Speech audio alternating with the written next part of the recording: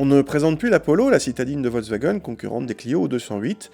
L'actuelle génération a été restylée courant 2014, mais il a fallu attendre la fin de l'année pour voir la version sportive restylée également. La nouvelle Polo GTI se reconnaît au liseré rouge sur la calandre qui court jusque dans les phares, ou à ses jantes de 17 pouces en série, ou encore à son diffuseur arrière spécifique. La nouvelle Polo GTI a droit à un bloc 1,8 litre essence de 192 chevaux, accouplé au choix à une boîte manuelle 6 rapports ou DSG à 7 rapports. Elle est disponible en 3 ou 5 portes.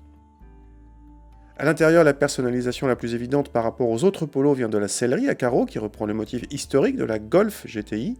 Le volant siglé GTI est sans équivoque, mais on retiendra également la touche Sport en haut de la console centrale qui permet de modifier plusieurs paramètres de conduite, dont la sonorité moteur, la gestion de la boîte DSG ou la réponse à l'accélérateur.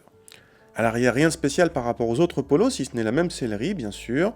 Le coffre est en revanche plus petit avec 204 décimètres cubes contre 280 sur les Polos normales. Contact et d'emblée, le 1,8 litre semble très discret. En appuyant sur la touche Sport, il prend un peu plus de voix. Très souple, il repart facilement à bas régime et ne s'essouffle pas à l'approche du rupteur, situé à 6700 tours. Volkswagen annonce 6,7 secondes pour passer de 0 à 100, soit le même temps qu'une Clio RS, mais un peu plus qu'une 208 GTI 30e anniversaire. Le train avant a besoin de bonnes conditions pour passer la cavalerie et s'avère vite dépassé en sortie de virage.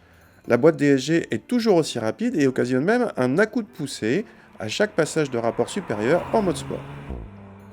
Notre voiture avec suspension pilotée s'est montrée ferme en toutes circonstances, le passage en mode sport ou non ne changeant pas grand chose. Côté comportement, la voiture est efficace mais manque de fun avec un côté très neutre et un arrière peu mobile. Bon point côté consommation avec des rejets de CO2 limités à 129 grammes par kilomètre, soit en dessous du seuil de malus écologique. Pas mal pour cette petite sportive, mais la 208 GTI 30e fait encore mieux avec 125 grammes par kilomètre de CO2.